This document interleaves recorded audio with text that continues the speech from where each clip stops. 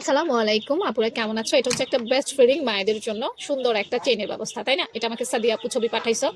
তো আসলে এইটা দুই ভাবে করা যায়। এটা তো ভালো করে ছবি বোঝা যাচ্ছে না যে পট্টি দিছে কিনা বা দেয় নাই, তো আমি একটু দেখাই দেই। এই ধরনের ড্রেস বানানোর জন্য যেহেতু দুই পাশে আমাদের বেস্ট থাকে, দুই পাশেই আমাদের চেন লাগবে, তাই না?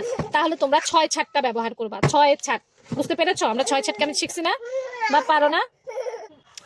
6 ছাট কামিজের গলা নিবা, কাঁধ আমরা বাড়াই নেই, তাই না? আরো বাড়াই নিবা, দরকার হলে কাঁধ ধরো আমরা আগে 1 ইঞ্চি বাড়াই নিতাম, আরো চওড়া করে নিবা।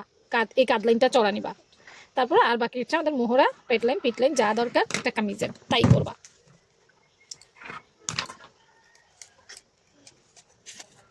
এই হচ্ছে ধরো মনে করো গলা, কাঁধ লাইনটা ডাবল করে নিবা। আর মনে করো এটা তো শর্ট ছিল, আমরা একটুকেই দিই না। এখন দেখো এইরকম হবে, কাঁধ লাইনটা চড়া হবে, তার মানে আমাদের দুইটা চেন দুপাশে বসাইতে হবে।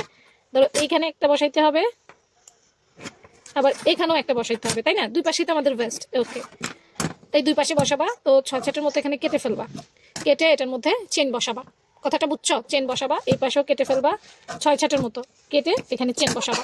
চেন বসিয়ে উপর দিয়ে তুমি চাইলে পট্টিও দিতে পারবা। আবার এই কাপড়টা যদি বেশি নাও, এইটাকে এইভাবে করে, এটা যেরকম করছে এইভাবে করে এটার উপর দিয়ে এভাবে দিবা। এই ভেতরে চেন বসিয়ে এটাকে এটার উপর দিয়ে এভাবে দিবা, তাইলে আর চেনটা কেউ দেখতে পাচ্ছে না। বুঝতে পেরেছো?